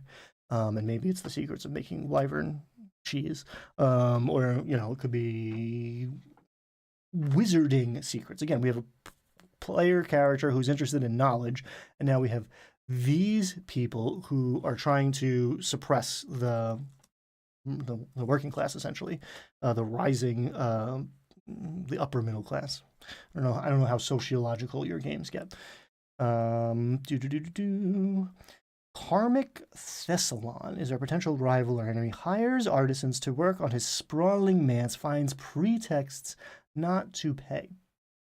So, if we are talking to an NPC and they're like, "Hey, I'm the same background as you, and this guy stiffed me," there's some allegiance forming stuff here, right out of the gate. So Karmic Thessalon is also a so he's definitely like part of the Guild Busters, if not the head of the Guild Busters. He hires artisans to work on his problem and find pretexts. So maybe I'm having this like cheese fueled vision of like a party, right? Like the caterers. Because like artisanal now, at least in the Northeast, in like New York 10 years ago, artisanal cheese, right? It was all these like little tiny sandwiches for $14, right? It's like these gastronomy, all these like very fancy. And I'm not hating. I'm a foodie, but yeah, this guy hires these caterers and doesn't pay them, stiffs them on the bill, because he's actively working against them for his own power. One, he doesn't like to give up his wealth. Two, he's trying to sabotage, the hall of artisanal food makers in the big city. And he's a nobleman. We could tie him into anything. We could tie him to the treasure hunter is maybe selling the book to him. Maybe he's the guy who's messing with Minifred, right? Minifred Stoll, we said maybe is not necessarily a resource so much as a liability. And she's like, please help me. Karmic Thessalon is making me look bad by throwing awesome parties, but he's not paying his people. That could be something. Or Karmic Thessalon is secretly, doing demonic rituals in the basement, and he needs all that diamond dust, and so I thought silver veining. I forget how to summon greater demon or whatever. I forget what the material components are, but that's where all his resources are going, so he can't pay the caterers. For an evocative location, the Giant's Workshop. Magical works at a tremendous scale stand nearly finished. So that feels like mechanical clockwork, like the flip side of the gnome scale of things. So, right? So if this is a gnome, it's an artificer, I guess, right? If we're going to go with like a gnome Swiss Army knife cheesemonger. Is there a food-based subclass for artificer? I've never rolled one up. Artificer? What do you say? Type it out so we can't tell what you're saying in the chat. A Giant's Workshop. So again, it doesn't necessarily all have to connect. The Giant's Workshop could be the location of another character, or just whatever the adventure that we're running, it happens to have in it. We're running Storm King's Thunder. We take one little room and we turn it into the kitchen, right? And they're making cheese out of white dragon milk. I went Frost Giant in my mind, but like, what are What's the biggest mammal in D&D? We're getting into weird territory, gang. Um, mammoth, mammoth milk. I'm in Frost Giants for whatever reason. They're making like mammoth milk parfaits. That's just like a little Easter egg. And beyond the cheese angle, a Giant's Workshop would be a pretty cool place to have a combat, especially if there's like gears turning. Maybe there's some sort of like steam powered apparatus that's like turning the milk into butter or making parfait or whatever. Powering the conveyor belt. They have a chef option in Tasha's. That's cool. I'm gonna look at Tasha's after this again. As far as like a background though, or yeah, as far as a back, not I mean, there's no subclass, right? There's no like, I bet there's like in Xanathar's they did stuff. Well, I don't actually know. Was it Xanathar's or Tasha's where they like threw us a bone for making the kits do stuff, but like not enough, too little, too late. Why is this? Why is this in the game, but then not fun, right? If it's in the game, I'm picking it a character creation. It should do stuff for me, right? And it shouldn't be up to the person running the game to like make up a bunch of rules for it. We do, I have, but it should be built into the game. And okay, it's a world of magic, so like, yeah, I can take out my magic calipers, and I don't need to take out my mundane calipers and measure this stone. I don't know. We're getting into the weeds here. We're getting into gripe land. Does Pathfinder do more with tools? Yeah. Does Pathfinder do more with tools? A little bit. You can actually, there's like, I think Pathfinder does a good job of doing it with downtime. Yeah, you can earn income, right? Which is nice because players like gold, but also because it helps the pacing of the game, right? Like we didn't play Pathfinder for super long, but there was a bunch of times where we were like, okay, cool, you're taking a weekend town, so that like the machinations of the story can progress, and we don't go from level 1 to level 12 in a matter of 16 days in game time. It gives the story room to breathe, but it also gives characters things to do with their tools. We had people cutting hair, right, and gossiping, and earning an income and gaining money, and then plenty of other stuff that you would expect. All right, thematic monster, giant mason wasp creates elaborate hive where they stuff paralyzed victims with eggs. We're not. I can't help it. I already did the cheese. I already made it about cheese in my brain. I was about to say we're not going to do that, but we did it. Obviously, again, I trades, masonry, for artisan. But that's cool. That's scary. I mean, there's giant wasps or giant hornets. Hey, gang, I got stung for the third time this year. Third event. I don't know what's going on. I've been stung by 3 different species. I'm a connoisseur of stings this year, all in my backyard. Crazy. This one was the least. This time I only got stung the one time, and I managed not to break my rib. I got stung by a million hornets a couple months ago, and like did a tuck and roll and forgot I was 40. I guess, I don't know, and like may have broken a rib or like did something bad. Didn't go to the gym for a month because it hurt too bad. So wasps are scary. Giant wasps scarier still. Wasps who have constructed a thing that's big enough for you to be exploring, right? Terrifying. A giant wasp that's going to lay eggs inside of you, or that snatched up the friendly NPC, be it what's her face, good old Stoll here, Mrs. Stoll, Minifred. How could I forget Minifred? Minifred Stoll, or the what did we pull here? The not karmic. It's interesting too if they steal if the bad guy's not that bad. I'm hungry too. Althera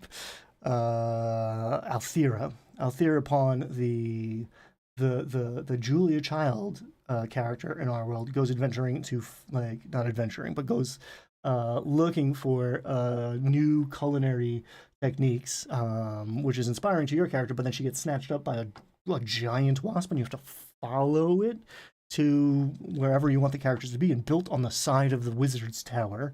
that has fallen to ruin, or the mystical fae touched forest.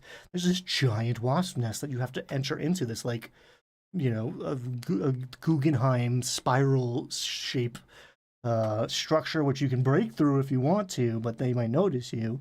And yeah, like freaking alien, this thing is gonna lay eggs in you and feed you to its young after it stings you with its paralytic sting. Like that's scary. That's scary. We could make it about cheese, but that's also just a cool monster.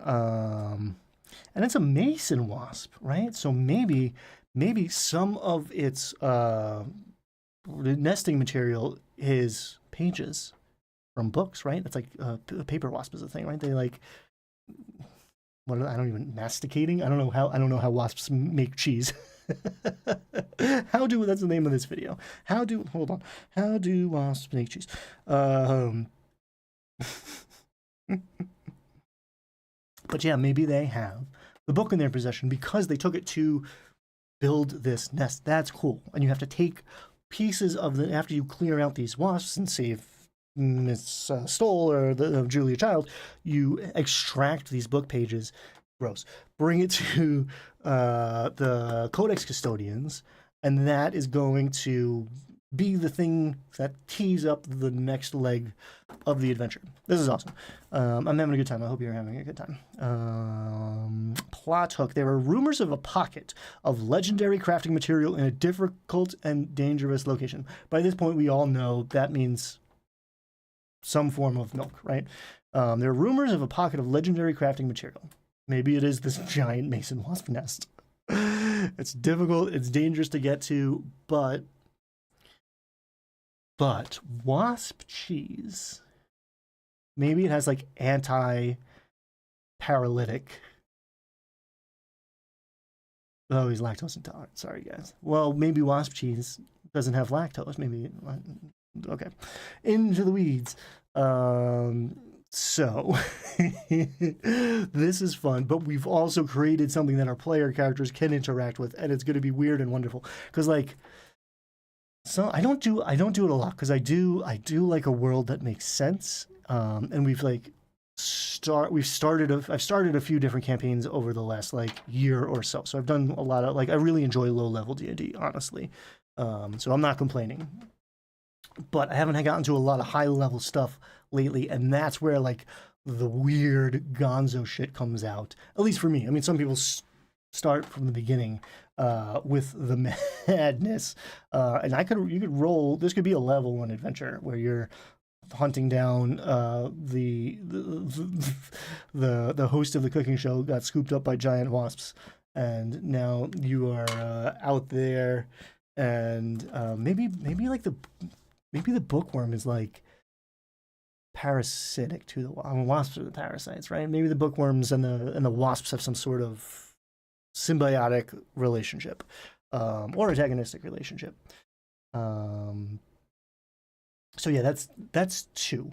That's two characters. We came up with two adventures. One a little stranger than the other, and very basically off the top of my head, live on camera, worrying about technical stuff, we've woven elements that these player characters are bringing to the table with them into the world, into the adventure.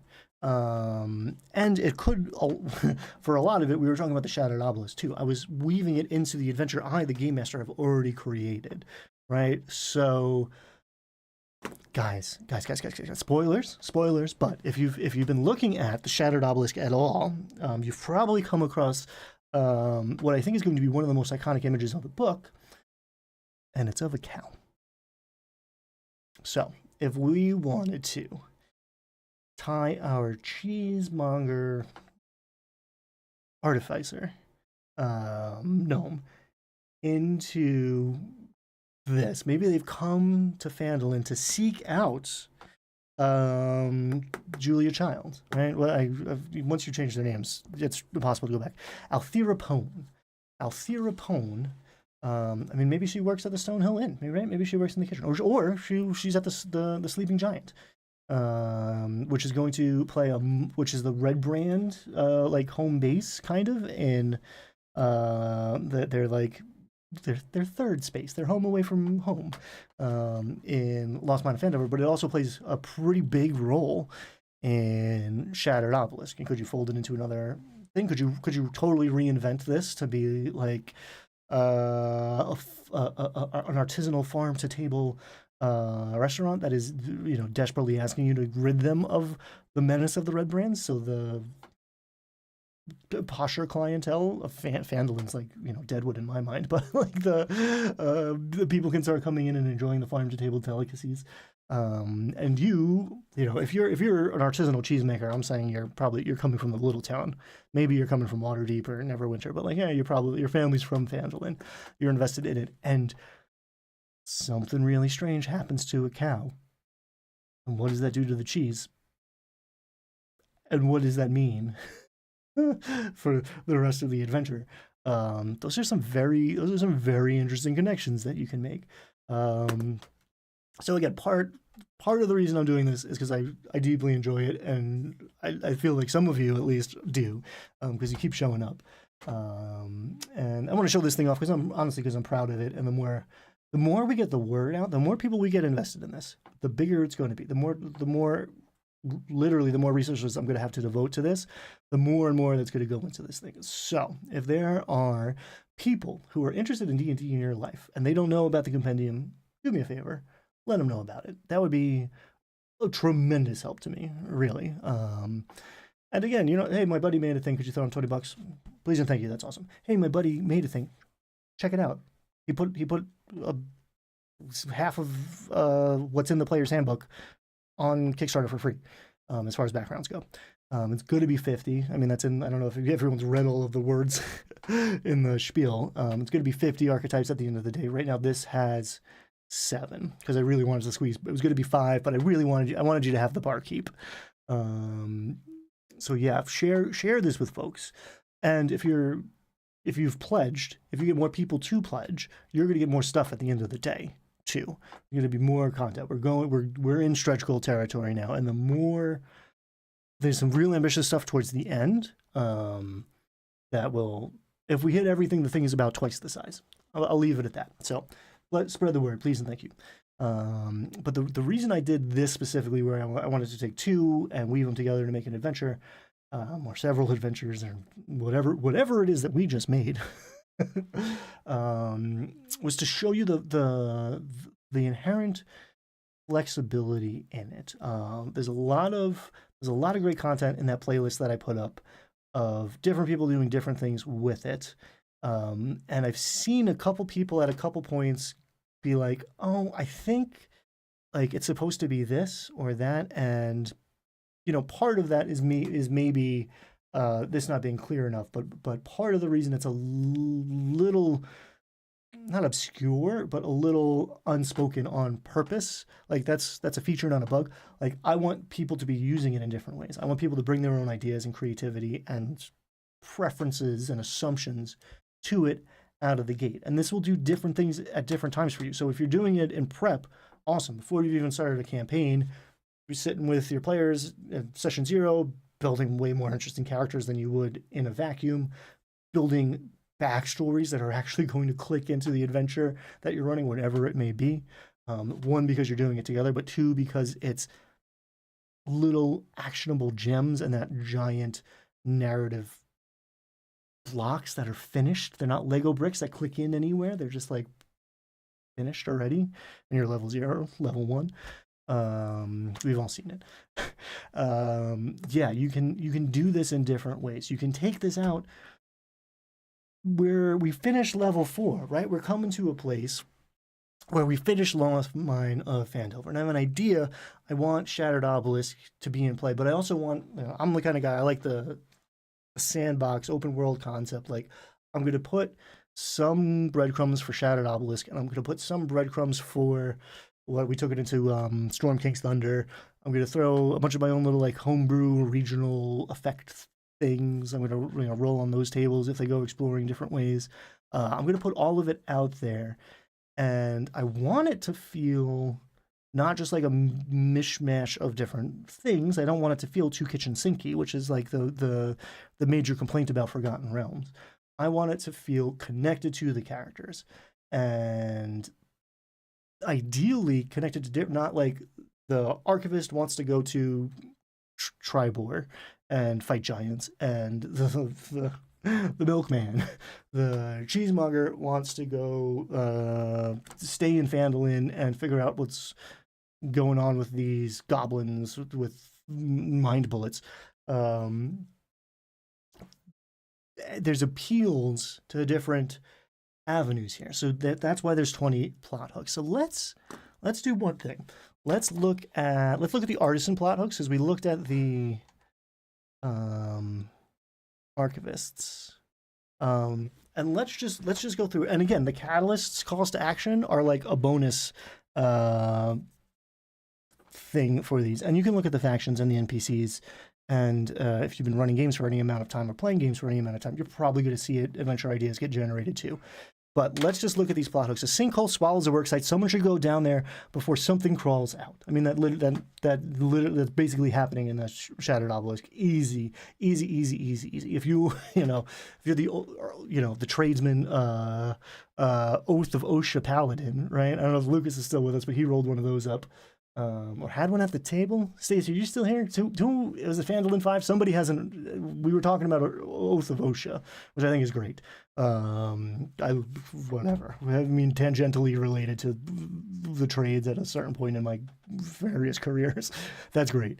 A sinkhole swallows a work site, right? And Phandalin is certainly on the rise. It's a town under construction, right? So the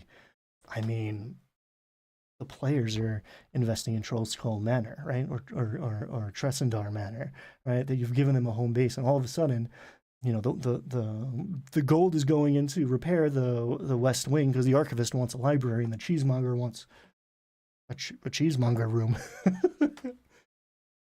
A root cellar? What is a dairy shed? Excuse me. And all of a sudden, it sinks into the ground. Oh, sleep well. Thanks for hanging out with us so late. Appreciate you. Appreciate all the dice rolls. I had a great time.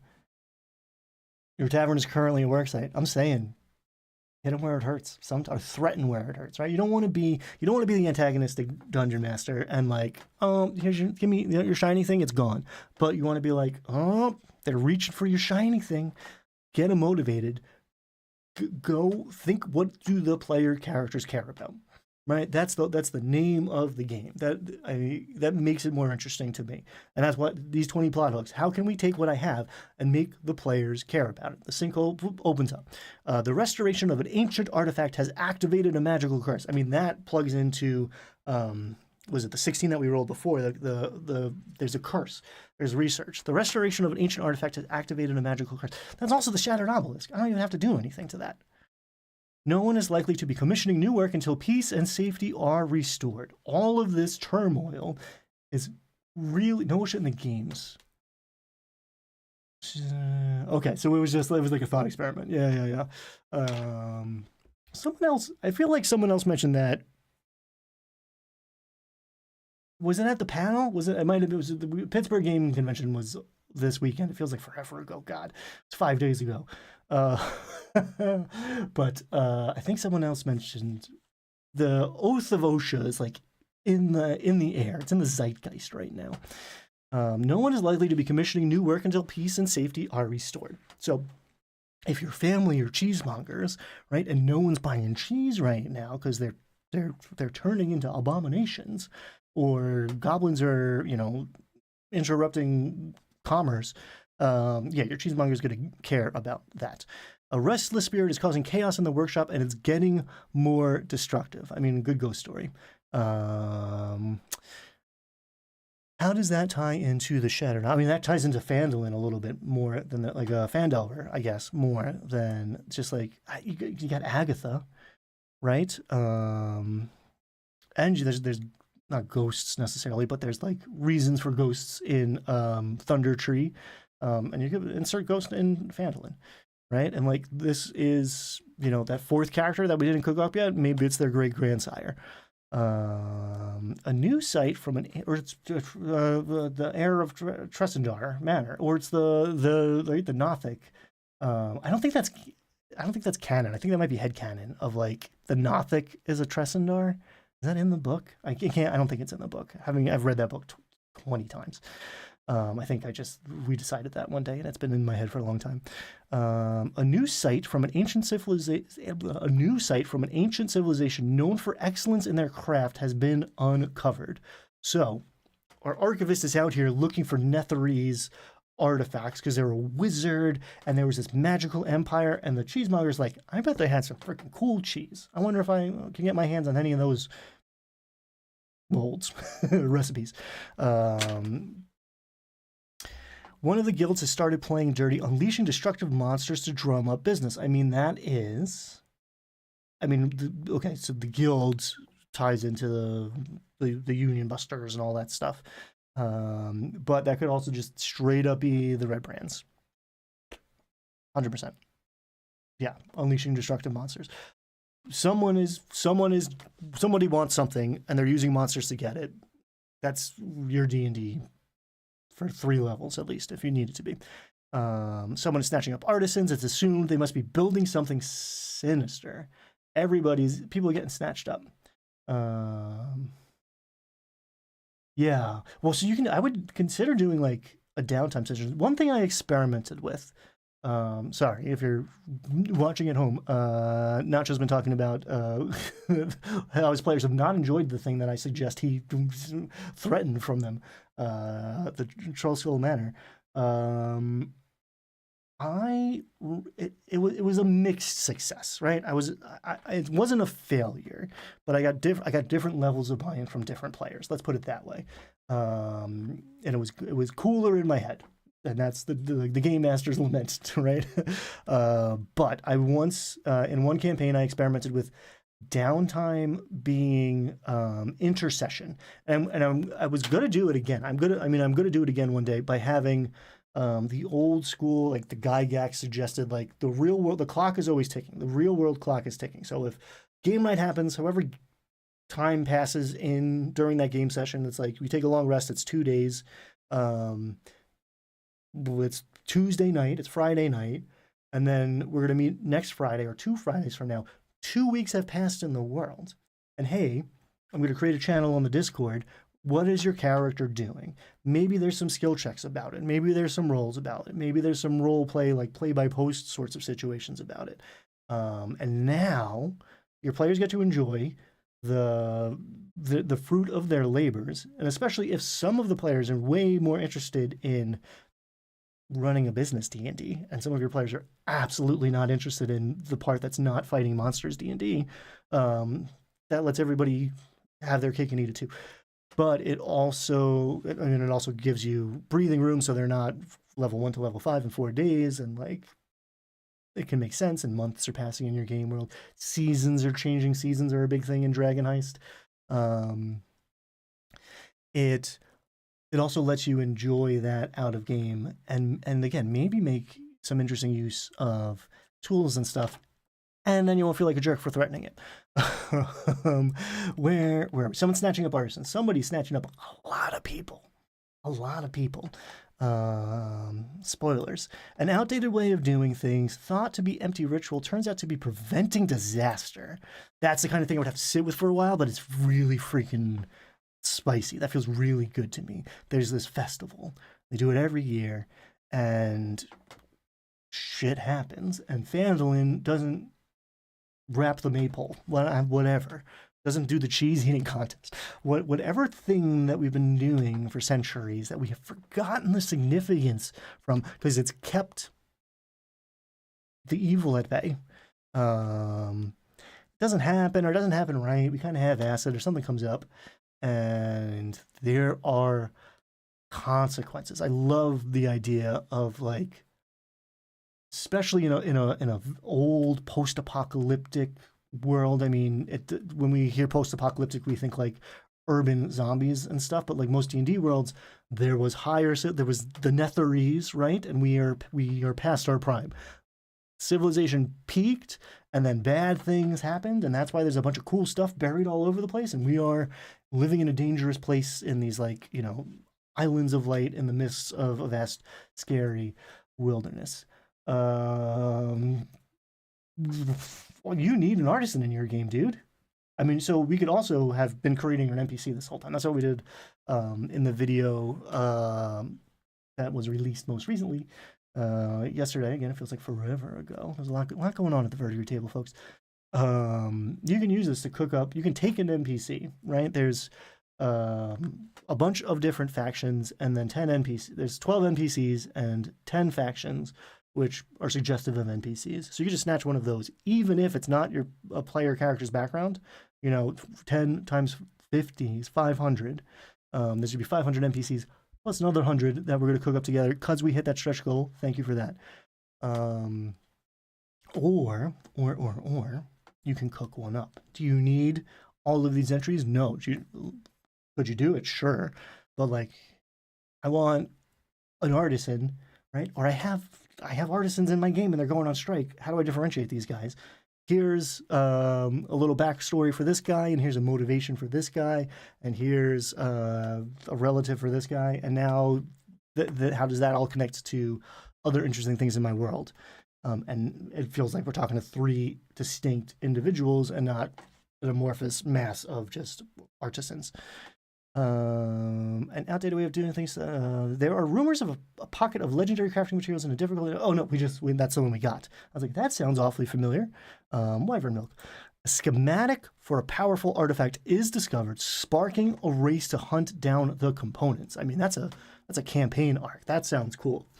The magical MacGuffin hunt is classic. A schematic for a powerful artifact is discovered, sparking a race to hunt down the components. That's also basically the Shattered Obelisk. I don't have to do anything to them. A piece that's been the pride of the town has disappeared. Could it have gone up and walked away? That's also in the Shattered Obelisk.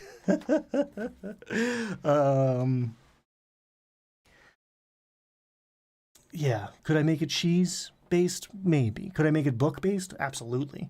Someone tried to cheat and win a competition with a trained mimic. It ate them and is now at large. I mean... Hey, Stacy.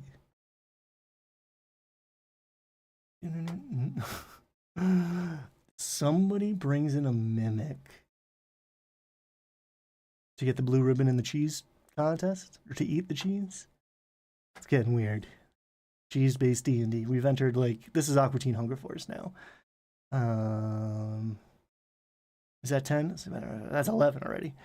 So yeah, this was fun. It's almost 6 o'clock. I'm going to go eat some cheese. I hope you enjoyed this. I hope my ideas haven't been so kooky crazy that you couldn't come up with some of your own in the process. I hope you can see, 1, how this tool could serve you in your games. 2, I hope you got ideas already of an archivist or an artisan, player character, non-player character, some little nugget of the monsters, the evocative locations.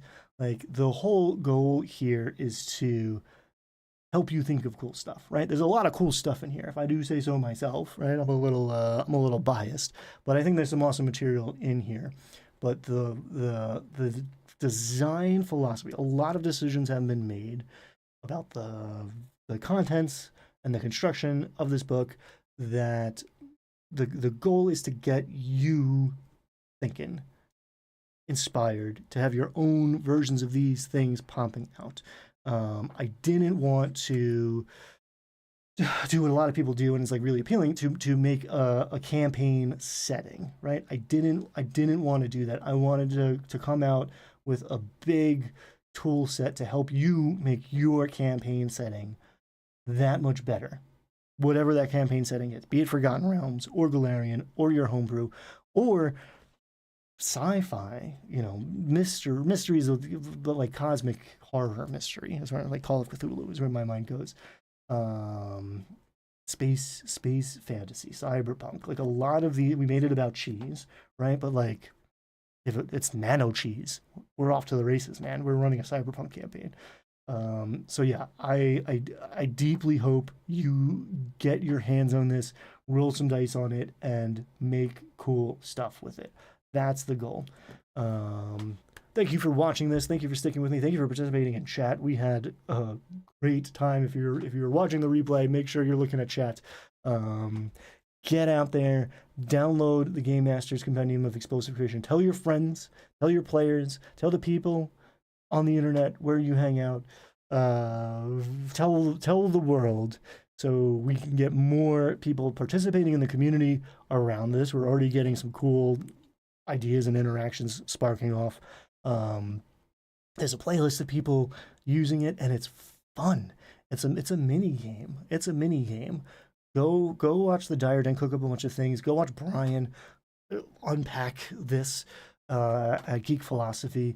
Go watch that Blank Slate podcast where they do it collaboratively. That's cool. That's fun. I don't know. I mean, we've done a lot of collaboration between us in the chat, and you guys rolling the dice and I'm running with your ideas. I mean, I didn't come up with Cheesemonger. I'm not responsible for that idea, but maybe I am. But Mike helped with that. Thank you, Mike. But yeah, maybe in the future in the Discord, or I don't know, maybe I'll team up with Kel for some of you other folks in the stream or some other people out there, and like, yeah, we'll do some more collaborative, creative, explosive creation. Thanks again for watching. Thanks for your support in this and all things verdigris. Be kind. Have fun. That wasn't a good one. That was better. That was a good one.